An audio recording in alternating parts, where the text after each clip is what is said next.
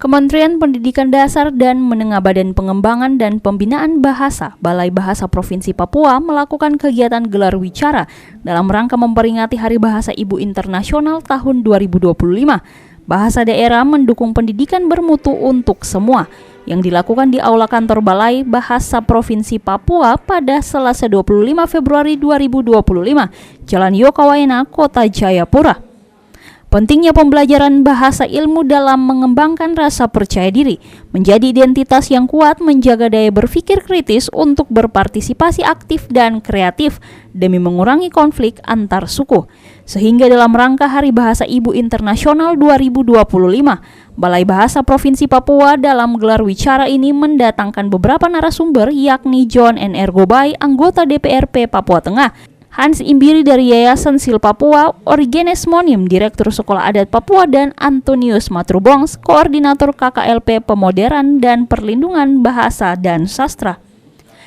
Dalam giat wicara ini dibicarakan banyak hal terkait bahasa ibu atau bahasa daerah, seperti mempertahankan bahasa daerah, pembangunan kurikulum sekolah adat bahasa daerah, kebiasaan dalam pola bahan ajar bahasa adat sehingga bahasa daerah tidak hanya sekedar informasi tetapi juga cermin identitas budaya dan pengetahuan lokal dengan mengintegrasikan bahasa daerah ke dalam kurikulum pendidikan. Jadi penggunaan bahasa daerah di dunia pendidikan di daerah Indonesia bagian barat itu bukan sesuatu yang tidak boleh. Justru banyak pembelajaran itu dilakukan dalam bahasa daerah. Saya dulu kuliah di Jawa. Jadi kami di kampus itu kadang-kadang dosen ketika dia menjelaskan pada titik tertentu mahasiswa kurang jelas itu ke bahasa Jawa. Jadi kan memacu kami yang dari bukan orang Jawa ini harus maksudnya apa? Kita belajar. Minimal mengerti sedikit.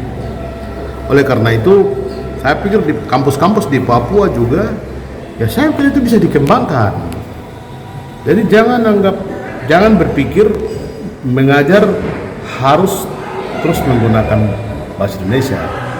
Justru dengan bahasa daerah itu bisa membuat kita bisa lebih akrab untuk menangkap sebuah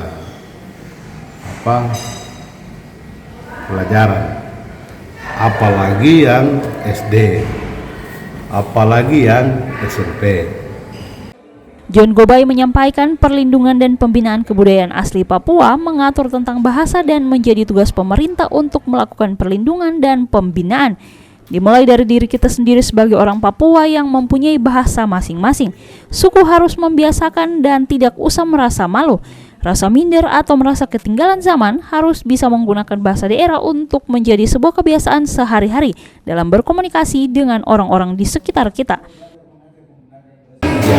Yang pertama ini kegiatan tahunan. Bapak sudah beberapa kali juga jadi narasumber.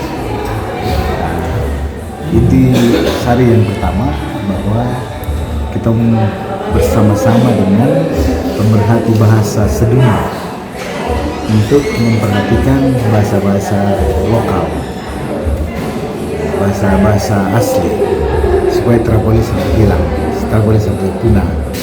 Mengapa? Karena di dalam bahasa itu ada segala-galanya, ada etno-linguistik di situ, ada etno-sains kita bisa dapat di situ, dan semua yang lain kita bisa peroleh di situ.